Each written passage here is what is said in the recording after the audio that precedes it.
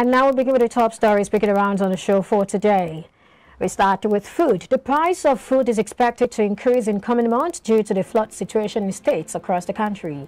According to reports, at least 500,000 Nigerians have been affected by flooding in 29 of Nigeria's 36 states this year.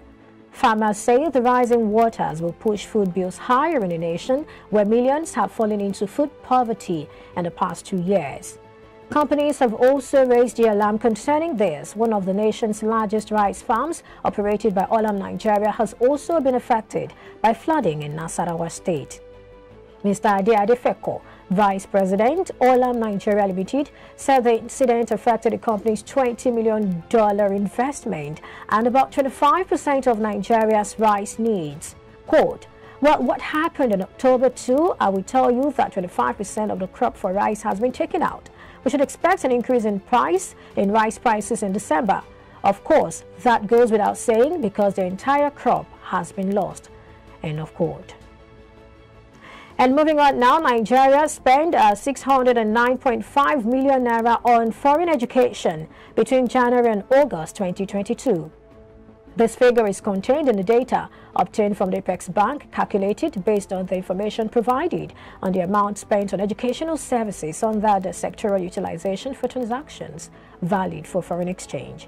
Nigerians have continued to trip out in their numbers in pursuit of foreign academic qualifications amid increased cost of living, economic hardships, unemployment, and worsening insecurity. Recent data released by the Home Office of the United Kingdom revealed that the number of study visas released to Nigerians increased by 222.8%, with 65,929 issued as of June 2022, as against 20,427 in the same period in 2021. To the capital markets now. Nigeria and Ghana over the weekend signed a revised Memorandum of Understanding MOU to further strengthen existing cooperation between their capital markets and foster harmonization of African securities markets. The agreement was signed by the Apex Capital Market regulators for both countries in Accra, Ghana. Director General Securities and Exchange Commission (SEC), Mr. Lamido Yuguda, said that both countries had enjoyed a long period of progressive and mutually beneficial partnership, which resulted in the first MOU in 2003. According to him, Ghana and Nigeria both have the largest markets in the West African sub-region. They agreed to work with other stakeholders to integrate the market and provide great opportunities for the economic prosperity of their peoples and economies. And finally, the President Buhari administration has allocated a sum of 239 billion naira to the power sector in the 2023 budget. According to the proposed appropriation bill, the power sector's personnel cost is placed at 5.32 billion naira. The overhead cost for the sector is placed at 1.56 billion naira, while the capital costs are 232.62 billion naira. The total allocation for the power sector is 239.50 billion naira. It is expected that in 2023, the power sector, which covers the Ministry of Power and its associated departments and agencies, will utilize 239,506,204,145 naira for staff salaries, operations, and projects. These are the stories we're tracking at this hour, and joining me to make sense of this is Charles Fakroha, IBrandTV's senior analyst. Well, he's right here with me in the studio. Good to have you join us today. Good morning. It's a pleasure being here. Good morning. And how was the weekend? Well, very cool. You're looking dashing this morning. You too. I like the black and black. Yeah, okay. So we're starting from the food prices expected to rise as a result of flood. I know this is something you're passionate about. Let's talk about it. Yes, it has gone beyond even passion because I'm personally affected. Okay. Yes, as I speak to you right now, my village somewhere in the Niger Delta is underwater. And I've been communicating and talking to some of the village officials, some of the council officials, and they said it is very, very terrible. That cassava farmlands have been taken over. And of course, some of taken them... over by floods. Okay. Some of them were able to even harvest before now, where they store it, everything is destroyed. Oh, the barn. Yes, the yam barn, everything is destroyed. Even some livestock animals that they keep is destroyed, and so it's a very terrible very terrible incident. And then looking at the time where we are having a lot of global economic headwinds and we're having this kind of thing happening to us in Nigeria. Yes, well, one would say it's a natural disaster. It's Mother Nature. But were there things we could have done before now? Yes, the agency responsible will tell you they give warning signs that people should move to higher grounds. Safety first, I agree with them. But they cannot go along with some of their farms. You know, exactly. They can't go along. You know, so it's a very difficult situation. I will just call upon the disaster management ministry to see how they can get there. Because as I speak to you now, they have said they have moved to on top of the bridge where a temporary relief camp has been set up. Not even by the government. No, I'm particular about these crops. Now, I'm particular about food. I mean, we're having some challenges in the area of food, and we see that how that the food index shot up our inflation rate. Yes. And with this coupled with what's happening now, what should we be expecting moving forward? It's very obvious that prices of these food items is going to increase, like you said in your intro. Rice, of course, is going to increase. And again, more particularly, even seeing an organization that's involved into large-scale farming also complaining that their investment of over $20 million has just been wiped out because of this same flooding. You know, we'll begin to ask ourselves, is there anything we'll have done before now? Yes, if you ask me, I'll say yes, probably to mitigate or reduce this kind of effect, the impact it has on the people. Yes, the weather agencies will have, they said, they gave advance warning. And but what could have been done really to avert or at least minimize the impact of what we're facing right now? Well, first of all, is safety. Deaths have been recorded in that same Niger Delta about some people who have been carried away by the flood. Well, the only thing that they will have done is to move to higher plains, which some of them have already done, but they have lost their livelihood. Okay, so for the farms now and the crops now, what is it we could have done to avert where we are right now, to avert the situation? Well, that's also a very serious issue. Yes, what we have done, try to manage. There's nothing we have done. There's nothing, because it's a climate change, and of course, yes, we have also contributed to it by our actions, omission, to make the impact to be so severe. This is not the first time. I remember 10 years ago, 2012, we had a similar incident. But I think, I don't know, this issue. What about the Lado Dam? The dam, I'm coming to that. The dam that is being opened somewhere in Cameroon. And I will say the Ministry of Water Resources, probably agriculture, you know, humanitarian, we should have been proactive. If this is something that occurs from time to time, you know, is there a way that we can also have our own dam, maybe inside Nigeria, and see how we can also, you know, lead the waters to also go to somewhere else instead of, because from the pictures I saw last night, from my own village, let me speak from my own village, you know, they said the pressure of the water, if you can't even go there by foot, it will sweep you off. People are now using canoe, local made boat to ply the tank. I've been advised to just evacuate and leave everything. That's a sad one. And very quickly, let's move on to the other story, talking about the Japa wave and how Nigerians spent $609.5 million on foreign education in 8 years. Well, I'm not surprised, because if something you cannot get locally, and one way or the other you can do one or two sacrifice and have access to that kind of education, yes, I even thought the numbers would have gone higher. But again, looking at the adverse conditions we have here, you know, serious economic issues, but because people believe that education is key.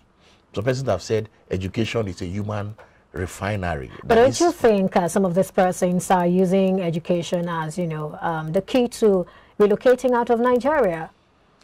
Well, those countries they are relocating to, they also have their own policy. Maybe student visa that will be given to them, and after your studies. Of course, I will also not blame those countries. If they see that a particular student in the class has done so well, they have provided that capacity building, why would you want to allow those students to come back to their country? They want to make use of them there to continue to develop their own economy. Yes, it's now left, of course, these persons were not sponsored by government. Yeah. So government cannot tell them, after your studies, you come back. So they have better opportunities there from what they have studied. Of course, I would not want to blame any but you know, some of these people, they're actually professionals in various fields of endeavor. Before they left or before leaving. So course. it's not, it seems to me like it's not the education they're really interested in. Okay, it's better opportunities. I feel so. Of course, and you know, for humans, you want to satisfy your wants, and they migrate to wherever they believe that those wants will be Aren't you satisfied. looking at the impact that will have on Nigeria? Because we see situations where right now, there was a particular bank that trended on social media. Yes. You know that story. Yes. And what was the story? Some persons or some key persons in that tech department left. And it affected a lot of Nigerians. Of That's course, just one yes, example. yes. And I'm sure there are other examples in so various many. places. Yes. How do we deal with that? Aren't we going to get to a point where we begin to lack talent? Of course, we already lack talent in so many areas today, whether we like it or not. One, I will blame those corporate organizations for not creating that enabling environment for their workers who have those skills to remain there. I'll give you just a short example. Somebody said in an oil and gas company, the staff complain about certain things that they want to be moving on to tech areas. And they were telling their management, if we produce certain amounts using maybe $50 per barrel, we are going to be making profit, in fact, excess profit. So why not begin to think of the welfare? And they saw that their human resources saw that most of the staff in their tech department too, and other engineers want to leave. They decided to increase their welfare. And over 50% of them reconsidered and they remain. So as a corporate organization, you know that these your workers are skilled. They are mobile. So they don't want to be tied down. These are youths, will I call them the millennials. They don't want to be tied down to anywhere. And they have to migrate. Now, the only thing there is when they migrate, of course, we have a diaspora commission. We begin to beg them to remit whatever monies they have made to see and how. then they get $5 that is not the solution. Okay. We can also begin to create that environment here. Yes, I don't. I think we have to just move on to the people next can go story. abroad, study, and come back. I hope so, because people are not only leaving because of their companies, they're also leaving because of the, well, I mean, what's obtainable in the country generally, insecurity and unemployment and all that. Anyway, let's look at the capital markets now. Nigeria and Ghana again partnering to harmonize securities market. I'd like you to just say one or two things about this. Yes, that mission, that project has been on for quite some time. Sure. We call it even, it's even WACMIC, you know, West Africa Capital Market Integration Scheme. It has been there. It's quite laudable, and it's just 3 phases, and they've done quite well. You know, it's simply saying, yeah, as a broker, somebody in Ghana, I can represent the broker in Ghana, and I trade for them. You know, the broker trades through me. You know, that is giving access. There is also what they call the qualified West African broker, where that broker in Ghana can trade directly in our markets here, okay? And some of the securities we made available in a common platform. That is the West African Capital Markets, you know. Then we also have the fully access, you know. People there in Ghana, they can trade directly in our market, settle their trade here. So it involves a lot of technology. I was coming there. Okay, so just a lot of technology. Okay. And the people involved, yeah, the CSDs of all the countries that are involved have been working hard, and well, very soon we're going to see a complete integration of the West African capital markets. Well, I think that's a good one, given the FCFTA, so it's good to make advancements in those areas. Now, the 2023 budget is the one that, you know, it's been in the news, and there have been conversations about it. We've been looking at various sectors, and now we want to look at the power sector. President Buhari has allocated 239 billion naira to the power sector, and then the personnel cost alone is to be about 5.32 billion naira. Talk to us about this. Yes, well, I would say a budget is just your plan. Yeah. But of course, intentional plan. You know, all things being equal, this is what you want to spend. Yes, for the power sector, which the government is aware that for any industrial development, we need to get it right in that power sector. You know, I think some 2 weeks ago, we talked of power grid collapsing. And they said that is almost the 7 times for the year. Yeah. We don't want that to happen next year. And of course, if there are issues in terms of the facilities, they should be upgraded. And of course, I keep saying the personnel, I'm sure they have the capacity. So what is the problem that We cannot get this power right. If you look at this money allocated to the power sector, for me, it's okay, it's fine. Personnel costs, you can see the percentage compared to projects, you know, it's okay, it's laudable, it's good. But the implementation, is it going to be implemented? Are we going to be seeing increase in power? Because for me, that is the key. Not this less than, is it 3,000 megawatts we are talking about. We need to have at least 15,000 megawatts. Wow. South Africa, that is not up to Nigeria, they are doing almost that figure. So why can't we do it? Why must we pollute the environment continuously with generators all over the place? And of course, even the fuel, you don't even get it. And you are throwing Nigerians into energy poverty. All right, I think this is a good place to end the conversation. Many thanks for coming on the show today. It's always a pleasure. Thank you. Absolutely, always. Well, we've been speaking with Charles Fakroha, IBrandTV senior analyst. Well, investors recorded a net loss of 901.98 billion naira as increased sell-offs forced the oil share index of the Nigerian exchange to dip to 47,351.43 points in 1 week, while the market capitalization closed lower at 25.791 trillion naira. Well, that will be what we'll look at when we come back from this break. Stay with us.